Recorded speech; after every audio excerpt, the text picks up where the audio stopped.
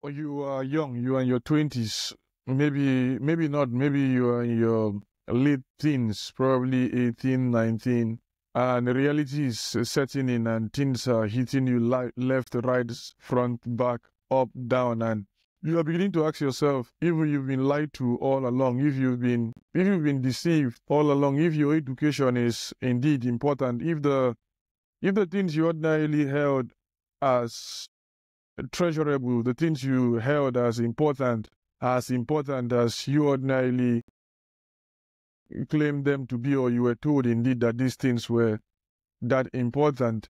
And this is stemming from the fact that reality hits differently. Life almost doesn't really care. It has never appeared fair. And you've been watching lots of Nat Wild, and you've been looking at the animal kingdom, and you've been looking at the brutality down there, and you've been trying to compare this with what ordinarily happens in the 21st century and what happens in our world today. And you've been looking around, you've been reading the news, you've been hearing of places like Ukraine, you've been hearing of places like Syria, you've been hearing of the many fights that have been happening in the Middle East. You've probably become acquainted with the reality of slavery and what colonialism did many years ago, and you are increasingly looking at people's life and you are saying, oh, there's no love. People don't really love, because as many times as you've tried approaching a girl or a guy and wanting to start something serious or wanting to really express yourself, you have been met with almost indifference. You've been met with a new kind of cynicism that you ordinarily yourself cannot really understand. You have been looking at the news and you've been reading up history, and you've come to hear a thing like World War II. You've come to hear something like the Holocaust. You've come to hear a thing like the Rwandan genocide, the reefs in Congo. You've come to hear about the illegal minings that go on in Congo, and you've come to hear of a place like Sudan. You've come to hear a place like Ethiopia. You've come to hear about Egypt. You've come to hear about old Ephesus, and you've come to hear that at the current moment it's used to be located in a place called Turkey. You've come to hear a place like the Hagia Sophia, and at a point it used to be a Christian cathedral. It got taken by the Muslims and it became a Christian cathedral again, and at the moment it has now been converted back to a mosque, and at the moment it's even a tourist attraction. And you've been wondering, what have they been talking about a place like Jerusalem? Is it really the place of God? Is it really where everybody should be going to? You've been hearing these things and you've been seeing the struggle for this piece of land. And you've been hearing about the Israeli-Palestinian conflict. And you've heard that the Israel of today is not the Israel in the Bible. And you've heard that in a thing like 1948, the place like Israel was formed, and thanks to the United States and the United Kingdom, the wars have continued to hold on for almost 100 years now. And you've come to be told that there was a place called Terrazin. I think many persons hold on, and they come to hold now as the last ghetto before you head down to the concentration camps and before you find yourself being killed.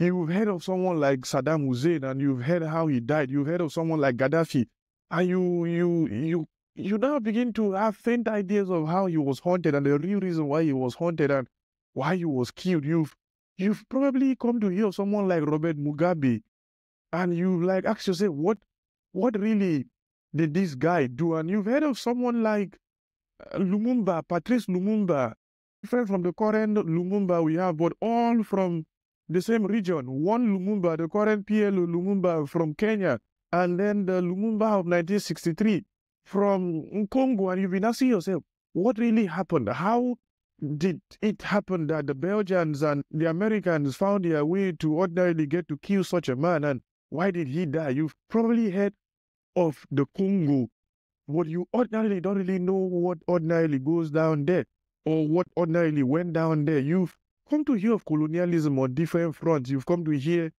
that a place like India had once found their way to Africa and did a couple of things. And Africans also did many things to themselves before the advent of the white man.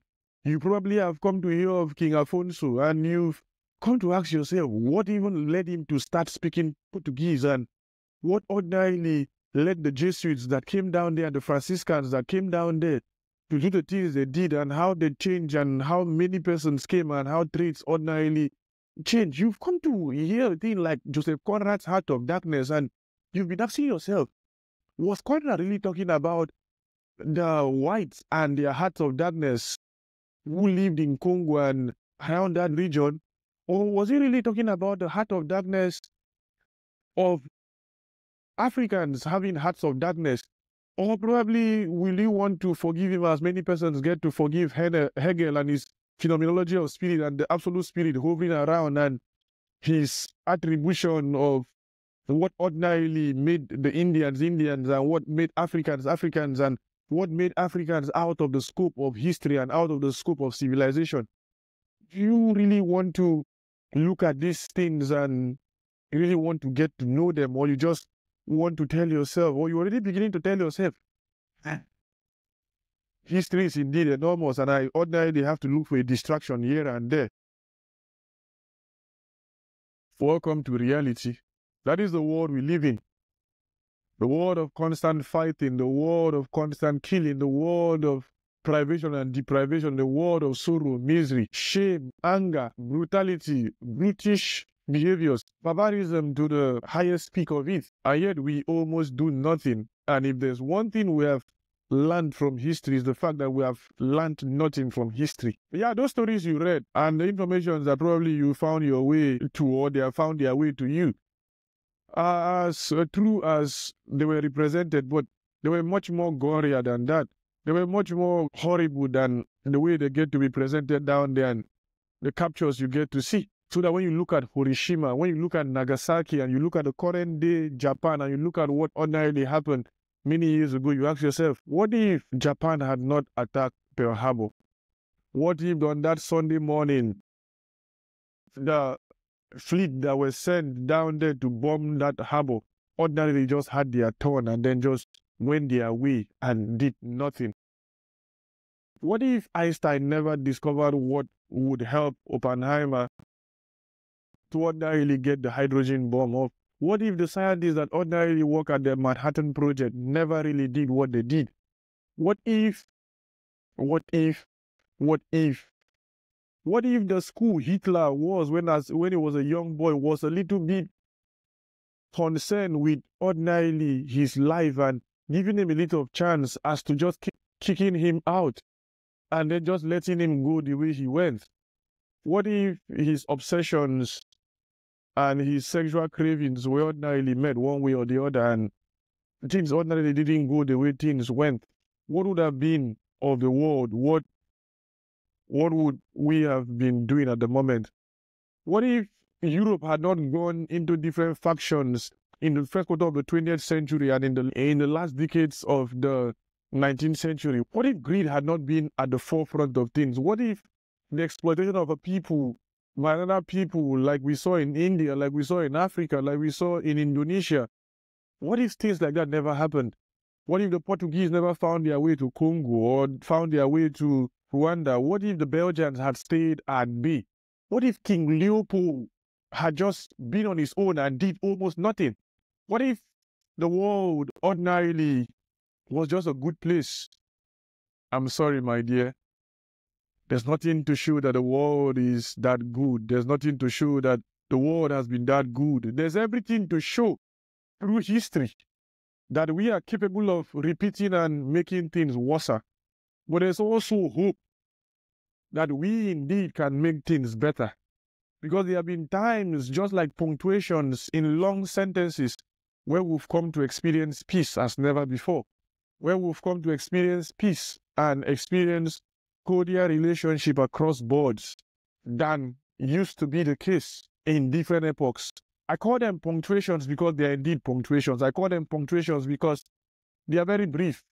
You just take a pause and you move on. You take a pause and you take a break. You have a semicolon and you chill. You continue again. You have the M dash and you try to join something. You have the M dash and you are having something else. You have the full stop and yet another sentence continues. That is the world. That is the world you've been born into. And how the world ordinarily would become good or become worse is as a matter of time. You will be playing a role one way or the other. Either the role of the oppressed or the oppressor. And in choosing between being the oppressed and the oppressor, I think it's safer, despite the fact that nobody should romanticize poverty and romanticize suffering and romanticize pain. It is better to be an oppressed individual than to be the one oppressing. It is better to be the one at the receiving end of the pain than to be the one inflicting the pain. Time indeed will come to tell you what it takes to really to be an oppressor. Just live a little bit longer. Just live a little bit longer, and you get to see the psychological traumas and problems that come with ordinarily being the oppressor. The level of psychosis you get to go through, and the level of secular reasoning and the level of insecurity you will come to feel in the long run will tell you that one day you sat down listening to a young boy and he was saying, it is better to be the oppressed than to be the oppressor. It is better to be at the receiving end of pain than to be the one causing and inflicting the pain.